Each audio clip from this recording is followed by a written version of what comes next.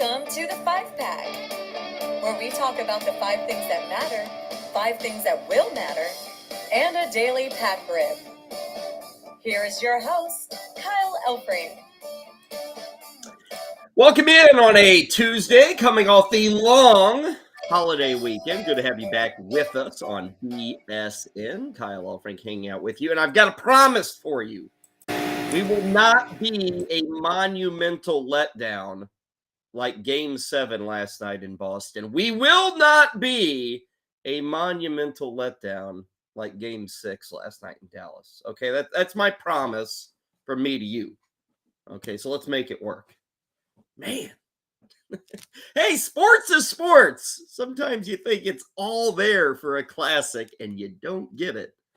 And then you go to a random late July baseball game and it's the best game you've ever seen. You just can't predict this stuff, which keeps us coming back each and every day. That's why we love the sports world. Speaking of being back, good to have Heather Klein back with us on this Tuesday. Great to have you as well. Here is how the hour is going to go today. We will have the 5 things that matter at this very moment. We will have 5 things that will matter as we go in through your Tuesday. And of course, we will have our pack rip, pack break.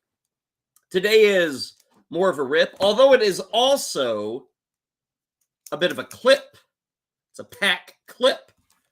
Because when we get these random rack packs, you used to always find these at Kmart. In order to separate the packs of 15 cards apiece, I got to bring the scissors out. Now, I don't know. I'm sure this has happened somewhere. Everybody is on video these days. Surely somebody has sat here with a pair of scissors like I'm about to do and like slice their finger open, right? Our plan is to not do that today. But I am going to have to cut. Now the decision we have, this is 88 Donruss that we are opening today. Now, as we've talked about before, the beauty of the rack pack is you can see the top card. You knew 1/15 of the cards that were in there. You didn't get that with wax packs. So it looks like we have Marvell Wynn. And then I can't really make out this name. I was looking at this right before the show. It looks like Bill Simon, who's like a know-nothing infielder with the New York Mets at the time. Now, neither of these guys did much. Now, Marvell Wynn, he played pretty well throughout the 80s. I remember that. Here he is with San Diego. I remember he was on the Cubs team that made the 89 playoffs. So this is the 88 season, kind of recapping 87. He was with San Diego. So I don't know. And I think Marvell Wynn, if memory serves, he has a son, Marvell Wynn II, who was an MLS soccer player. So maybe we'll clip the Marvell Wynn side here. And sorry, Bill Simon, we'll save you for another day. But that's coming up a bit later in the 5-pack. Let us begin, as we always like to begin, with the 5 things that matter at this very moment. And I knew yesterday, when I was doing the show on the holiday, that it was very easy to predict what would be 2 of the 5 things that matter on Tuesday. And my prediction has come true. Playoff action. We had big games last night, but as noted, neither of the games lived up to the hype. It was kind of a big letdown. More than anything, what you're talking about today is how much of a disappointment the Boston Celtics and the Dallas Stars were. That's really what we're talking about. Let's begin on the hardwood, where it was Game 7 in Boston. We all know the story. Miami jumps out to a 3-0 lead. Nobody in the history of the NBA playoffs has ever come back from a 3-0 deficit. Well, I can tell you today, on May 30th, 2023, that still nobody in the history of the NBA playoffs has ever come back from an 0-3 deficit. When teams get up 3 games to none, they are now 151-0 in terms of winning that series. Last night, the Miami Heat became a success story 151 as they took care of business on the road in Game 7. And honestly, again, this thing wasn't even a game. It fell over at halftime. The Celtics seemed to have nothing. Let's take a look at a few of the highlights from last night's Heat victory. When you pass up a good look, it's hard to create a second good look. Lowry in the corner, Martin with a 3. Power saw this all the way down. But he's playing a lot better right now. It's called adrenaline. Dimensional drive, and Butler has it, and will put up a three. Good! Big shot by Jimmy Butler. I like this. Let Jason Tatum switch on to Jimmy Butler's got to understand what's going on and go at Jason Tatum on that switch. Or get it to the guy who's been the most consistent scorer. Martin drives right at Tatum. Two to fire, away, and down it goes. It was the Caleb Martin, Jimmy Butler show last night. 103-84. I'd love to give you Celtic highlights, but there were none. Like, seriously, Jason Tatum and Jaylen Brown, we're back to saying those guys are chokers, I guess, today. Neither of them shot well. What were the final numbers? From three, they were 2 of 13. Jaylen Brown had 8 turnovers last night. And I mentioned Butler and Martin. Butler had 28. Martin had 26. The Heat are into the NBA Finals. Yes, the Heat, the 8 seed out of the Eastern Conference, is into the NBA Finals. It was impressive. It was damn impressive, dare I say. All the momentum with Boston. They were favored last night by 8 points. 8.5, I think it was, in Vegas. Everybody was planning the Boston-Denver Finals. Instead, it's Miami in Denver. And check this out. Since the year 2000, only one team has made more NBA Finals than the Miami Heat. It's the Lakers. Lakers have made 8. The Miami Heat have now made 7 NBA Finals. Very, very impressive, right? Eric Spoelstra, still only 52 years old, by the way. Eric Spoelstra is, I think he's 4th now in all-time NBA playoff victories. And again, he could coach for another 15 to 20 years. Seriously. 52 years old. He talked last night after the victory, the easy victory, about the fortitude that his team showed losing Game 6 in heartbreaking fashion and then rebounding for the big win last night. Inevitable setbacks happen, and it's how you deal with that collectively. There's a lot of different ways that it can go. It can sap your spirit. It can take a team down for whatever reason. With this group, it's steeled us and made us closer, made us tougher. And, these are lessons that, hopefully we can pass along to our children, that you can develop this fortitude. And sometimes you have to suffer, for the things that you want. And Game 6, the only thing, that we could do is sometimes you have to laugh at the things that make you cry. We did so many things right. I think from a metric standpoint, we did everything the best that we did all of the playoffs. Our defensive activity numbers, rotations, the extra efforts, the pursuits on the offensive glass, 5 turnovers. We felt like we did all the right things. We had our, season high numbers of attacks, and then to come up short, that could puncture a team spirit. But instead, that just drove us to more resolve to try to get the job done. I'm a big Spoelstra fan. This is another NBA Finals for Pat Riley, by the way. He's still like team president or something in the front office. The dude has made an insane amount of NBA Finals as a player, as a coach, as an executive. It's something like 25-30% of all of the NBA Finals in the history of the game Pat Riley's been involved with. Finals get going Thursday night in Denver. Nuggets have the home court advantage. They will host Game 1. That is an 8:30 start on ABC.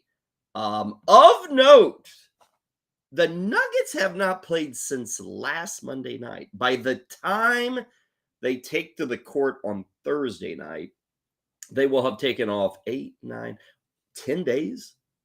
10 days without basketball. It's kind of wild. Now, you love rest, but do you want that much rest? We'll see. It would not shock me. And again, we like to build things up, and sometimes it works, sometimes it doesn't. Nobody really knows. But I don't sense Miami should be as much of a dog as they are. I am going to sit here and tell you Denver is my pick. Denver is the majority pick, and we'll get into some odds later in the show. Denver's the pick. But I will remind everybody, Miami has not been the pick in like any series for this NBA playoff. It's just bonkers what they're doing. As for Boston, they enter an interesting offseason. I mentioned Jaylen Brown, who was not good last night, had 8 turnovers. He is up for a super max extension, which would be near $300 million. Now, hey, Jaylen Brown's good. Jaylen Brown is a pretty good Robin to Jason Tatum's Batman. But are you giving $300 million to that guy? And if you don't give it to him, you're not in a rebuild scenario. You certainly aren't. But you're probably not the 1 or 2 seed in the East next year. You're maybe more like a 5-6 if you move on. So big decisions coming up for Boston. Remember, they fell down 3-0 to an 8 seed. They had a good season. They knocked off the 76ers, 1 game away from the finals, all that. But big decisions to be made in Beantown following the pretty lacking effort last night in Boston. Moving from one lacking effort to another lacking effort, let's go to the NHL playoffs, where the Las Vegas Golden Knights have punched their ticket into the Stanley Cup Finals, and they did it with relative ease, maybe even easier. In fact, I would say it's a lot easier than how the Heat did it against the Celtics. The Knight came out early against the Dallas Stars and had a great first period last night on the road. He battles Keegan Colasar in the corner. Now it's Waugh. It comes right out in front. Backhand and a goal! William Carrier makes it 1-0 Golden Knights. Delandria couldn't get it out. Barbashev down low. Smith. Rebound goal! William Karlsson. A power play goal, and it's 2-0 Vegas. Martinez and now Keegan Colasar. Ahead for Carrier. Out in front. Colasar scores. Keegan Colasar. His first goal of the series. His first goal in the last 14 games. 3 goals, 14 minutes, a 6-0 butt whooping, right? We can call that a good old-fashioned Texas butt whooping last night in Dallas. Man, oh man. Jonathan Marchessault, a couple of goals last night for the Golden Knights. He now has 10 in the playoffs. That is the all-time best in Vegas postseason history. And don't chuckle and say, well, they're only an expansion team. This team is like a playoff. You have to, if you're going to have the NHL playoffs, you have the Golden Knights in them. And they're making finals. This is their second Stanley Cup final. They're going to be up against Florida. Stanley Cup finals open on Saturday, 8 o'clock over on TNT. Footage there, courtesy of ESPN. Now, Florida is another team, a little bit like the Nuggets, coming off a rest. By the time they take to the ice on Saturday, and that game will be in Vegas on Saturday night, the Panthers will have been off for 10 days. So we've got 2 different sports and 2 different finals. And whereas the team with the long rest, Denver, on the NBA side, they're a heavy favorite. On the NHL side, the team with the long rest, Florida, is a slight underdog.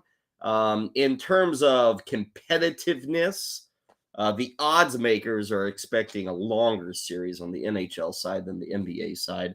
But a big Game 6 win last night, just a huge one. Bruce Cassidy is the head coach there with the Vegas Golden Knights. And, you know, he kind of said after the game, he was not stunned. You're never stunned by how your team plays, but you don't really expect to be on the road after losing the previous 2 games and you just come out. And we hit on it yesterday. It was like the battles, the individual battles that then lead to the success, that then lead to the rubber finding the twine in the back of the net. Bruce Cassidy talked about that a lot going into Game 6. And he came out of that Game 6 and said, hey, what do you know? We won the battles. That was the key. Again, NBA Finals starting up on Thursday, so 2 nights from tonight, and then the NHL Stanley Cup Finals starting up on Saturday, and we'll get you some odds coming up a bit later in the show with our 5 things that will matter. Until then, let's get to number 3 on our 5 things that do matter right now. We go to the world of baseball. A lot of afternoon action yesterday with the Memorial Day holiday. And one of the games that we did point out to you yesterday was Detroit hosting the Texas Rangers. Detroit currently in second place in the AL Central. They were up against first place Texas. Detroit was also up against Nathan Eovaldi, who usually Nathan Eovaldi has kind of been the punchline to a joke, at least in my experience. I mean, seriously, we're 12 years into his career, and it's like, he's just a guy, right? Well, he hasn't been just a guy this year, and notably, he has not been just a guy in the month of May. Yesterday against the Tigers, he completed a stellar month of May. Just 1.51. At 2-2, 97 miles an hour, swung up. That doesn't sound pleasant at all. Here's the 3-2 to short, and that one is a called strike front door. So far, Baez has not been that guy as you see a real 0-2 once again. Breaking ball swung on and missed, and Eovaldi is out of the inning. That was all in 5 innings yesterday against Detroit. Eovaldi with 5 shutout innings. Corey Seager had a big home run. Rangers win at 5-0. And check out the month of May for Nathan Eovaldi. 5 starts, 4 victories, an ERA that was under 1, a whip that was under 0.9, 37 2/3 innings for Nathan Eovaldi. We're probably going to find out in like 3 or 4 days that he was the American League Pitcher of the Month. Now, before you get all excited about Nathan Eovaldi, let me pull your horses in, okay? First off, Nathan Eovaldi, I mentioned 12 years. How many times, dear viewer, do you believe that Nathan Eovaldi has thrown more than 155 innings? Not 200, not 175, 155 innings. Shouldn't be tough, right? 150. In 12 major league seasons, Nathan Eovaldi, pitching his butt off right now, has 2 years with more than 155 innings. 2. What I'm getting at is, who cares? And I say that and may come, oh, who cares until we get to September? Talk to me then, Nathan Eovaldi, okay? He leads baseball in complete games. This guy who can't last, who can't throw 160 innings, he's got 2 complete games this year, tops in baseball. Now, here's the issue. I was looking at his career marks, and what do you know? Nathan Eovaldi, 12 years here. Good in April. Really good in May. And then he falls off a cliff in June, July, August. So here we go. It's up to you, Nathan Eovaldi. Prove your career wrong.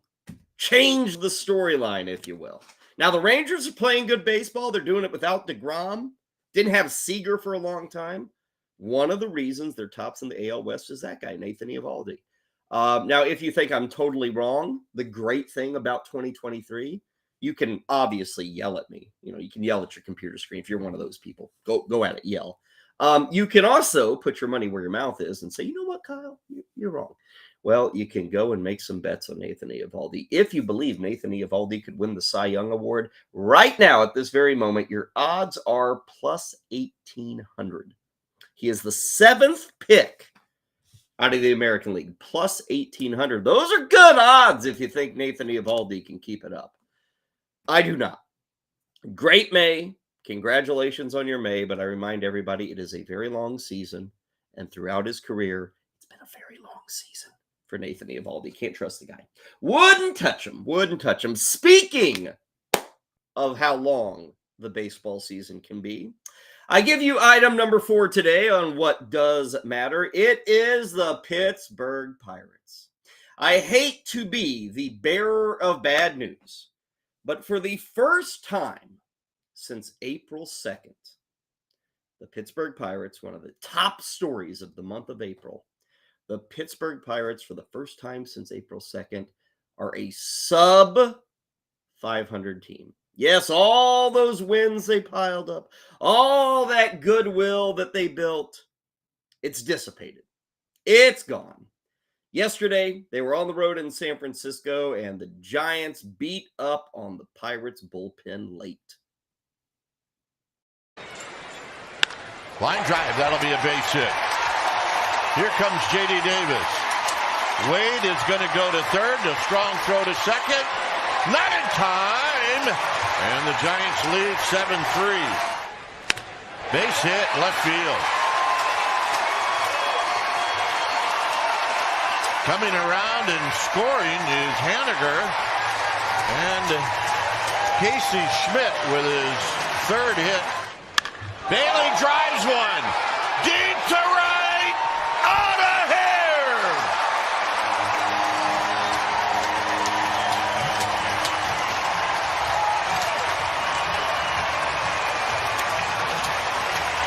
Well, he's got one from both sides now.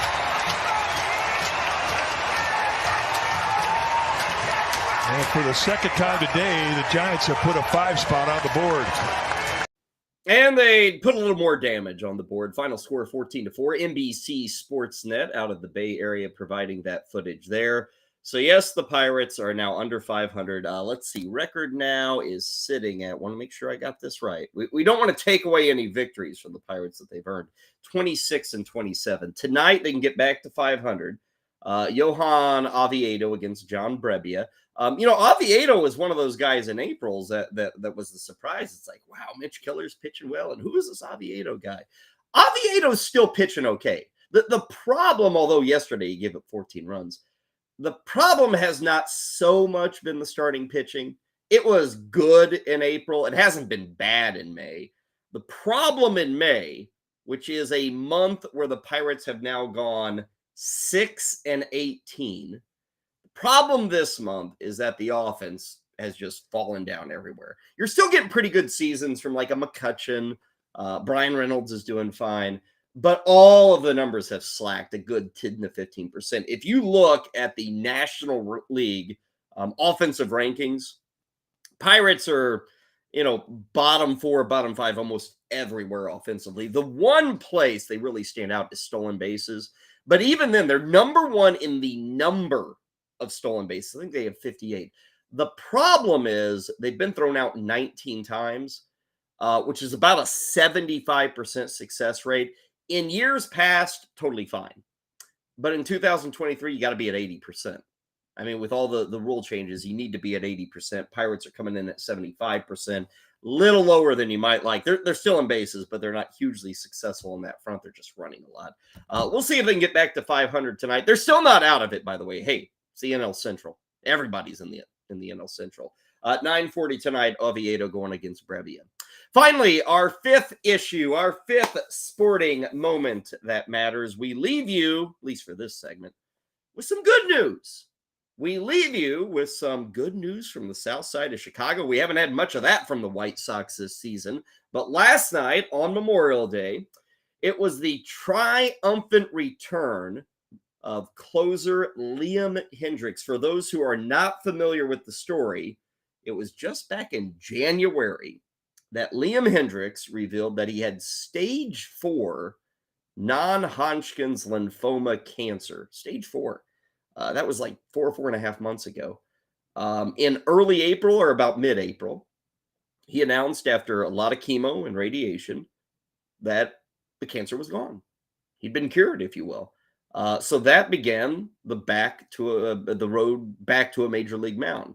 Last night in Chicago, Liam Hendriks got back onto that major league mound, and here was the welcome, if you will, from the White Sox faithful.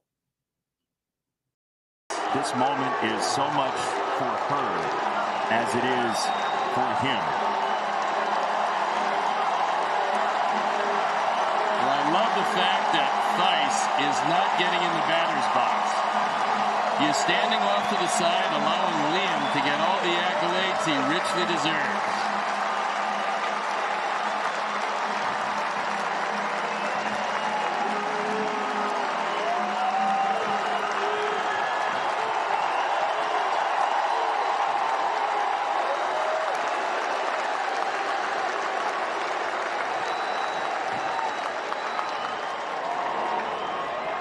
In one way, Theis iced him in an effort to be kind. First pitch, Liam Hendriks, 96, strike one. And they're going to take that baseball out of the game, and Liam is going to take that ball and keep it for the rest of his life. Quite a scene there at U.S. Cellular Park in Chicago. Liam Hendriks returning. Now, the first pitch was a strike. He saw his wife there in the stands, and obviously the results are beside the point. Inning was not that great for Liam Hendriks, who is one of the top closers in all of baseball. Gave up a couple of runs, 3 hits against the Angels, but the triumphant return, certainly a moment to watch, certainly a moment to be a part of, and certainly a moment to appreciate here today on the 5-pack. He was in the 8th inning last night. He'll be back in the 9th inning soon. The White Sox have been pretty awful closing down games. They haven't won a lot of games either. It's been a bad season, but certainly that's a highlight there. Liam Hendriks making his return to the Chicago mound. Okay, those are the 5 things that matter right now. When we return, we will have the 5 things that will matter as we take you through your Tuesday. First, though, let's hand it off to Mark Malusis, who's got some more thoughts on the Miami Heat making the NBA Finals. It is absolutely real, and it is beautiful, what I'm speaking of. And it pains me to say this as a longtime Knicks fan, watching Pat Riley and Alonzo Mourning up in Boston last night. I speak of Heat culture. It started about 25 plus years ago when Miami Heat brought in Pat Riley after he faxed his resignation over to the New York Knicks. And listen, last night it was on full display up in Boston against the Celtics as they win that game 103-84 after blowing a 3-games-to-none lead with a Game 7. That series tied up at 3 games apiece. The Celtics on the precipice of history, and I understand Tatum was dealing with an ankle injury. Jaylen Brown was terrible with his 8 turnovers over the course of the basketball game as well. The Celtics couldn't throw the ball into the proverbial ocean as they were 9 of 42 from the behind the arc, and they kept on hoisting 1-3 after another. For Miami, they were beautiful. You know what they did? They were fantastic on the defensive glass. They had 35 rebounds. They had less turnovers, only 12 for the entire basketball game. They shot 50% from behind the arc. Jimmy Butler, their main guy, dropped in 28, and they got a virtuoso Game 7 performance from the guy that should have been the MVP of the Eastern Conference Finals. How about Caleb Martin with 26 points as he was 11 of 16 from the floor? So even though, listen, I can't stand the Miami Heat, and I don't know if they're necessarily going to win and beat the Denver Nuggets in the NBA Finals. I will say this. What they're doing down in Miami is really special. Spoelstra might be the best head coach in the NBA. Heat culture is absolutely real, and you saw it last night to the chagrin of each and every Celtic fan across this country. Check out the comments below for a special offer from our friends at Fantasy Alarm.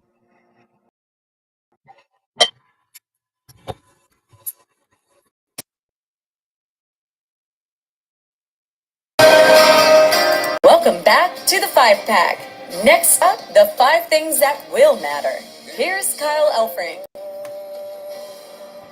Good to have you back with us. Kyle Elfrink with you on Better Sports Network. It is our daily 5-pack. Each and every day we get rolling from 12 to 1 o'clock. Appreciate you tuning in. We're going to have our pack rip coming up in just a bit. Some 88 Donruss. Do want to remind you, coming up right when we are done at 1 o'clock, you got Andrew, Britt, and Kevin coming your way with a lightning round fantasy football. And later tonight, for all you golfing fantasy lovers, DFS, season long, whatever, Tour Junkies, back getting you set for the upcoming weekend. 7 o'clock Eastern is the rundown tonight. Also want to point you in the direction of our friends at Fantasy Alarm. They are, of course, pretty well every day coming out with more and more football, on and on and on. They're releasing all sorts of stuff with Best Ball. They're teaming up with Underdog Fantasy. In fact, right now, if you go to fantasyalarm.com/underdog, you can get a $100 match on your first deposit with Underdog Fantasy.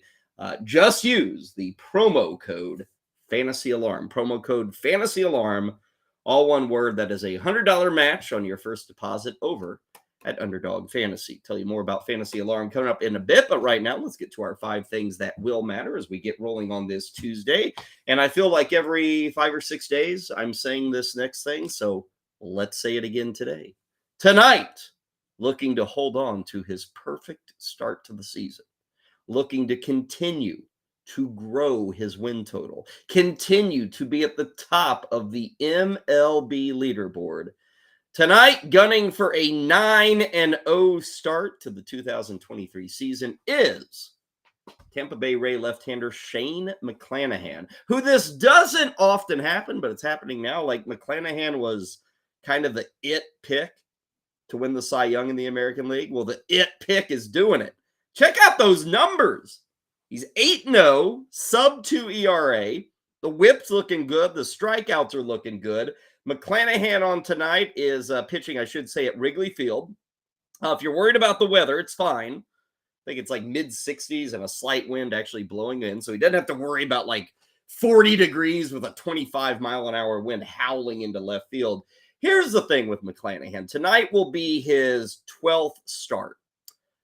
In the first 11 starts, the Tampa Bay Rays are 10-1. Now, as we know, they've got the best record in baseball, so it's no shocker that they are 10-1. But what kind of caught me off guard with McClanahan is as dominant as those numbers are. I mean, those are dominating numbers for Shane McClanahan. How about this? Two things. 11 starts. He is at 64 innings. 64. And this is not a hot shot southpaw who's never pitched for the major leagues. I mean, last year he threw almost 170 innings. 64 innings in 11 starts with as dominating as he has been is a bit of a letdown. Now, I get it. It's 2023. Furthermore, the Tampa Bay Rays, and again, I'm not talking about a guy with a 4.5 ERA. The Tampa Bay Rays have seen this sort of dominance from McClanahan, and yet he has thrown 100 pitches one time this year. One time. So this is probably more on me than it is on the Rays or McClanahan. After all, he's kicking tail. After all, the Rays continue to take over the baseball world. But it's just like, this is the best guy going, and we can't even get him to 100 pitches in a game. 1 out of 11, 100 pitches.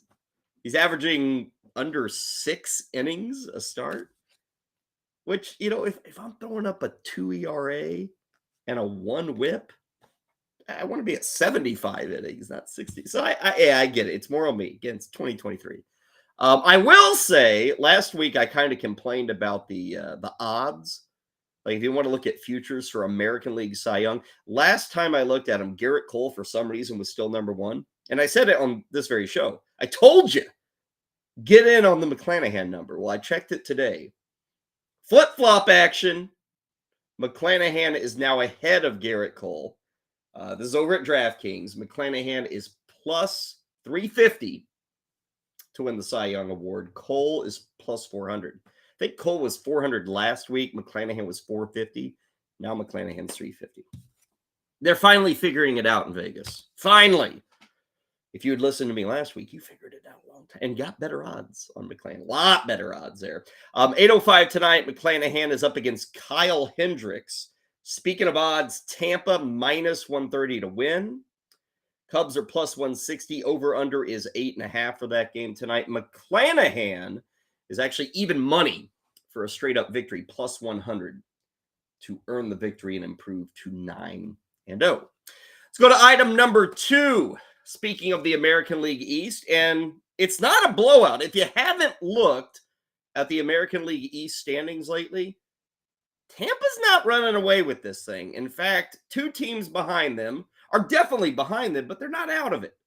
Baltimore is 4 games back. The Yankees are 6 games back. That is team number 2 and team number 3 in the American League East. But as we talk about the 5 things that will matter today, we've got some very important MRI scans coming up for both Baltimore and for New York, and both the scans involve their center fielders. Cedric Mullins in Baltimore, Harrison Bader in New York. Both these guys left the game last night. Looks like we have Bader with a hamstring, Mullins with either like an abdomen or growing. Again, they're going to have a further, medical advice given today, do the MRI, all that good stuff. Here's the deal. These 2 guys are critical to their 2 teams having a shot to catch Tampa. And I get it. When you think of the Yankees, you don't think of Harrison Bader, do you? I get it. When you think of the Orioles, you probably think of Adley Rauschman early. and then maybe get to Mullins. But Mullins is kind of this very good player that people are still almost being introduced to. And the Mullins case probably sounds the worst. Now, again, Bader's dealing with a hamstring. Who knows how long that takes? After the game, which Baltimore had a lousy offensive effort yesterday against Cleveland, they lost 5-0. Reading some things on the Orioles locker room and Brandon Hyde, the manager, it didn't sound like good news for Cedric Mullins. It sounded like we're going to find out probably in the next hour or two that he's on the IL. And that is notable for a lot of reasons. Let's go through them. The number one WAR player for the Orioles offense is Cedric Mullins. His OPS plus, or OPS, I should say, is over 830. Plays a very good center field. Listen to this. Baltimore's having a really good season. The Orioles have yet to lose a position player to the IL this year. Last season, when the Orioles surprised everybody in baseball, they did not place any of their outfielders on the IL once last year. Furthermore, Cedric Mullins, he's in his 6th major league season. If he's placed on the IL today, that'll be the first time in his career. So you throw all this together, it's like, whoa, the Orioles have not had to deal with this. If they lose Mullins for any amount of time, it's Ryan McKenna in center field. So that's a big one. What is going to be the status? What is the report on Cedric Mullins? How long is he going to be out in the lineup? Now, as for the Yankees, they don't play until later tonight. They're on the West Coast in Seattle, so the news may come a little later for them. But I wouldn't be surprised to see Harrison Bader on the IL. Now, he is much different from Mullins. Harrison Bader can't really stay healthy. And I know to a lot of people, Harrison Bader does not matter. But I'll tell you this, Harrison Bader, outside of Aaron Judge, has been the best hitter for the Yankees over the last month. And he started the year on the IL. He came back, and here are the numbers. He's got 6 homers, 19 ribbies in 26 games. His OPS is over 800. Now, I was talking about replacements with the Orioles. Ryan McKenna, that's a big fall from Cedric Mullins. Replacement for Bader, defensively, you move Aaron Judge to center field. The problem is you move him to center field. Who do you have in right field? You've got like Oswaldo Cabrera or Greg Allen or Jake Bowers. So, again, status of these two center fielders in that American League race, very important. We'll get the news today. And again, now Baltimore is 4 back of Tampa, the Yankees 6 back. Of course, with the wild card and the expanded playoffs, both those teams still trying to get as many victories as they can to lock up October as we sit here in May. I'm talking about October here in May. Okay, let's go to item number 3 of what will matter today. We have spent a lot of time picking on the hapless Oakland A's, right? We picked on the A's. Everybody's picking on the A's. Well, today, or tonight more specifically, we could have a minor miracle. Like, seriously, something that you only read about in, like, the Gospel of John. A minor miracle could occur tonight in Oakland. The minor miracle would be this. The Oakland A's do have a chance to not only win 2 straight games, but they may do it against the Atlanta Braves. The Braves. Let's take you to last night, because I don't know if I'm ever going to get to do this again for the rest of the summer. Let's look at the Oakland A's scoring some runs against the Atlanta Braves on Monday night. Who's list ahead of them. That's a fly ball deep down the line and right. Acuna gives chase, takes a look. It's over the wall and gone. Ryan Noda connects. Mike Soroka. 3. That's going to find its way through, and Diaz will come around third. Waved home by Allen, or by Martins rather. Go to third base is Allen. He's there safe, and up to second on the throws Laureano. The A's extend the advantage to 5-2. Just look at them hard-hitting A's, baby. They got to celebrate a win last night. How about that? 7-2 over Atlanta, NBC Sports Bay Area, with the exciting footage. That win last night broke an 11-game losing streak. That win last night is the 5th win in 30 days for the Oakland A's. So tonight, can they do it again? That is the question. If you were to look at Atlanta compared to Oakland, Oakland is 22 games worse off than the Atlanta Braves. By the way, with the Braves, I did notice this. I was looking at the Michael Harris II. Michael Harris II. Has anybody bothered to look at his gigantic sophomore slump this year? He was being pimped out everywhere in fantasy circles as like a top 4 round pick. He has been one of the biggest failures in baseball this year. I mean, he's hitting 175. I looked the last 2 weeks, he is 4 for 39. He's hitting like 100. 4 for 39. And he's hitting 9th every single game. Sounds more like an Oakland A, doesn't it? Kind of did to me. 9:40 tonight, the Oakland A's will go for the unthinkable. A 2-game winning streak. Let's go, A's. Go get them. 2 in a row against the Braves as well. It's going to be Bryce Elder against J.P. Sears. I'm sure you'll all be tuning in. Seriously, all of you. Let's go to our 4th item on the agenda of things that will matter. Going to hit you with one you wouldn't expect. You know what's going to matter beginning today? How about the annual Southeastern Conference meetings? Meetings, not games. Meetings. There it is, the SEC. Now, that is the current SEC, also known as the Junior NFL. Here's the thing with the SEC. It is by far, it's not even close, the most important conference in college football. Next year, 2024, they're going to be bringing in Oklahoma and Texas. Now, I'm speaking about this purely from a football perspective.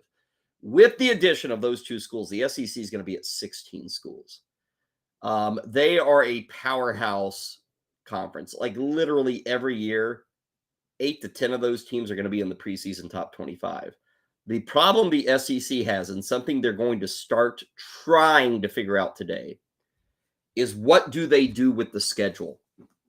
It has traditionally, in years past, been an 8-game schedule, but now you bring in Texas, you bring in Oklahoma, now you've got teams in South Carolina, teams over in Texas. You're getting huge. You're a 16-team league. You are also the most powerful conference in college football. You are given more credit. Like all these teams, just being a part of the SEC, they get a huge amount of credit. Therefore, they're ranked higher. Therefore, they make better bowls. Therefore, they can get into a BCS playoff. It is very important to all these teams to decide out, okay, what kind of schedule sets up our league for more success? Because the goal is, Alabama's great. It's great to have Alabama every year in the BCS tournament. But let's try to get 3 or 4 SEC teams into the BCS tournament. So the question is, how do you do that? And I mentioned 8 games. That's the tradition. They are thinking about a 9-game schedule. And there is a little more outwork here than just kind of laying the road, laying the groundwork for teams to make it to those big money games. The SEC also is a very strong rivalry league. There are great rivalries throughout the SEC. Some of them you know about, everybody knows about Bama, Auburn. Others you don't know as much about. Georgia, South Carolina, big rivalry. So when you go to 9 games, which the SEC is going to, have a vote later this week, I think it's going to be on Friday. If they go to 9 games, the way that would work out is you would play 3 opponents every single year. In effect, 3 rivalry games every single year. If you keep it at 8 with the new arrivals of OU, the new arrival of UT, and a 16, all of a sudden you have, in effect, 1 rivalry game. Now, everybody who's written about this decision with the SEC says you have to go 9. Why wouldn't you go 9? And it appears all the fan bases want 9. But it sounds like we're looking at 8 maybe as the vote. And I should note, Oklahoma and Texas don't have a vote this week. And you may say, well, it's scheduled. Who cares? This is the SEC, folks. It matters more, as they like to say. It just matters more, right? This is a huge money-making powerhouse of college football. College football gets bigger and bigger every year. It's just like the NFL is growing by leaps and bounds, and the SEC is at the forefront. This matters. This matters a lot. This decision, 8 games, 9 games, kind of changes the outlook of the BCS tournament that's going to start up soon.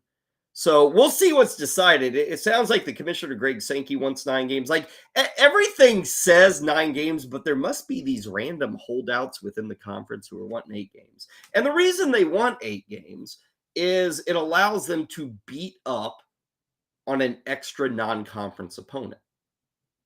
So a mediocre SEC team, a Kentucky, a Missouri, an Arkansas, certainly a Vanderbilt, a mediocre SEC team is saying, we're just trying to get to a bowl game. We're not trying to get all the way to the BCS. We're trying to get bowl games.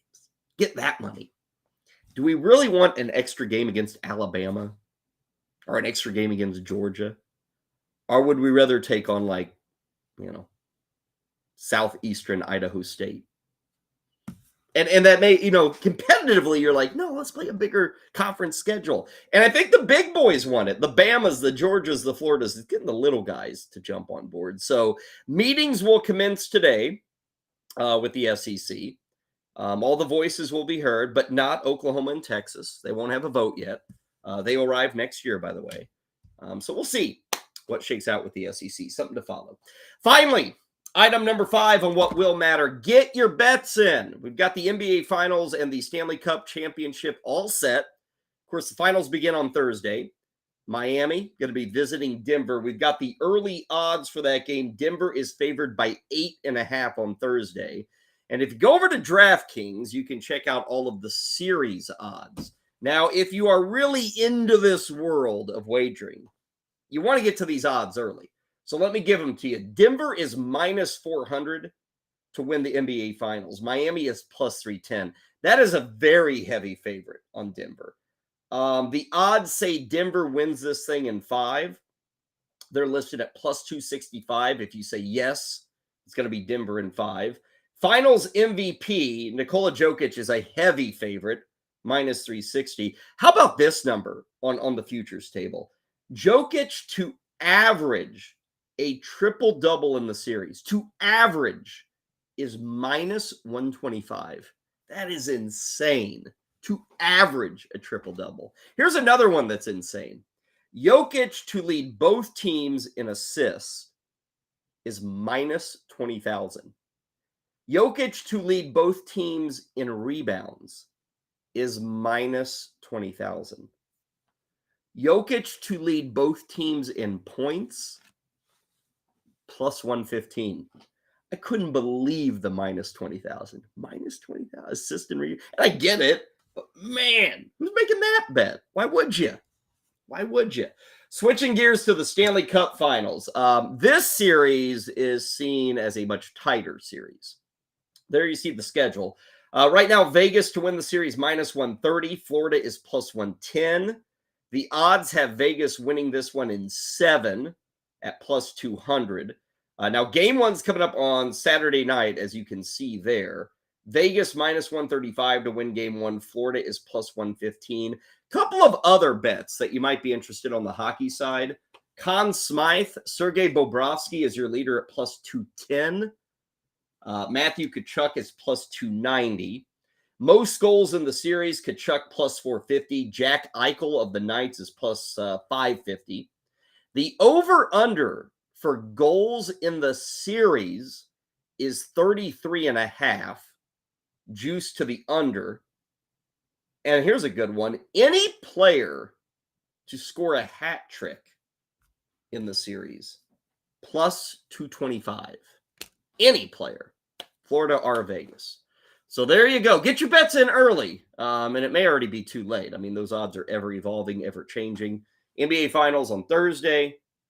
NHL Stanley Cup Finals coming up on Saturday. But those are the early odds as the series and the matchups have been set. Okay, break for us. When we come back, it's pack time. It's 1988 Donruss. Man, what a great sale. Stick around for 1988 Donruss. Maybe I'll have a story or two. Maybe I'll enlighten you just a bit. We'll do it next, right here on the 5 Pack. Hey, it's Rick Hamlet for Better Sports Network. Who's Miami's Robin right now? Jimmy Butler's their Batman, won Eastern Conference Finals MVP, and rightly so. But right now, Miami's Robin is Caleb Martin. Even though Bam Adebayo was Miami's only All-Star. Game 7, Caleb went 26-10. Bam went 12-10-7 East Finals. Caleb went 19-6 on 60%. Bam went 15-9 on 48%. In fact, Caleb Martin was better than Boston's Robin in the East Finals. In the big picture, I'd rather have Brown or Adebayo than Caleb Martin, but right now he's outplaying both of them, and the Heat are going to need Caleb Martin to continue his Robin ways against Nedver because Bam Adebayo is going to have his hands full with the Joker, and Tyler Hero won't be back until Game 3. Be sure to check out the comments below for a special offer from our friends at Fantasy Alarm.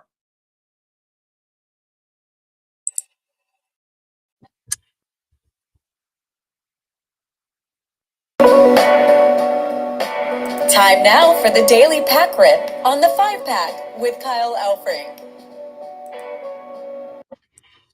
Just heard our man Ricky Props mention Fantasy Alarm. If you head over there right now, you can check out a few articles. I know they've got a Memorial Preview PGA tournament coming up this weekend, so you can get a preview there from a DFS perspective.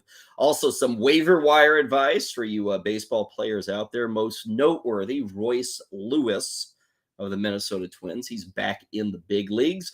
Also, there are some DFS previews not only for baseball tonight over at Fantasy Alarm, but also WNBA if you're getting set for some action tonight. So again, check it out over at Fantasy Alarm. And when you are there, if you've never signed up, been a member at Fantasy Alarm, you can get the next 6 months at 50% off. Fantasy Alarm 50.